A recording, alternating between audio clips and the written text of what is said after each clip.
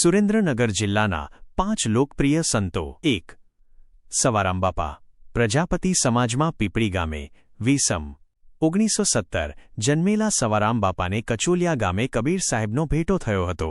ત્યારબાદ રણુજાના રાય રામદેવજી મહારાજે સ્વપ્નમાં આવીને કહ્યું કે સવા, મારે તારે ત્યાં અખંડ બેસણા કરવા છે અને મારો 52 ગજનો નેજો ફરકાવવો છે અને અખંડ સદાવ્રત ચાલુ કરવું છે. આ પ્રેરણાથી બાપાએ આ સ્થળે અન્નક્ષેત્ર શરૂ કરીને ભવ્ય મંદિરનું નિર્માણ કરાવ્યું. 2. ગેબીનાથ સોનગઢ. પાંચાળની સંત પરંપરાના આદ્ય પુરુષ નાથપંથી સિદ્ધ ગેબીનાથની તપોસ્થળી સોનગઢમાં આવેલી છે. મેપા ભગત અને આપા રતાને તેમના સૌપ્રથમ દર્શન થયા હતા.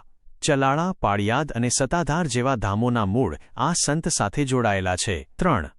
સંત સરવૈયાનાથ.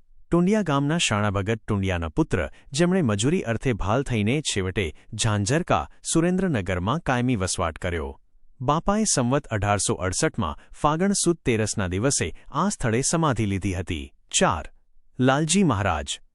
સુરેન્દ્રનગર જિલ્લાના સાયલા ગામે આવેલી આ જગ્યા સંત શ્રી લાલજી મહારાજની તપોસ્થળી છે. આ પુનિતધામમાં સદાવ્રત ચાલે છે, જ્યાં અન્ન અને ઓટલો આપીને હજારો માણસોની ભૂખ સંતોષાય છે. 5. દેશળ ભગત. હળવદ પાસેના એક ગામમાં જન્મેલા તેમણે સાંસારિક જીવનની સાથે સાથે સંત તરીકે લોકસેવાના કાર્યો કર્યા. ધ્રાંગધ્રા નજીક આશરે 95 વર્ષ પહેલાં તેમણે સમાધિ લીધી હતી. ગુજરાતમાં લાખો લોકો તેમને ગુરુ તરીકે માને છે. આવી અવનવી વાતો જાણવા માટે અમારી ચેનલ જોયું છે ને સબસ્ક્રાઇબ અને ફોલો કરો.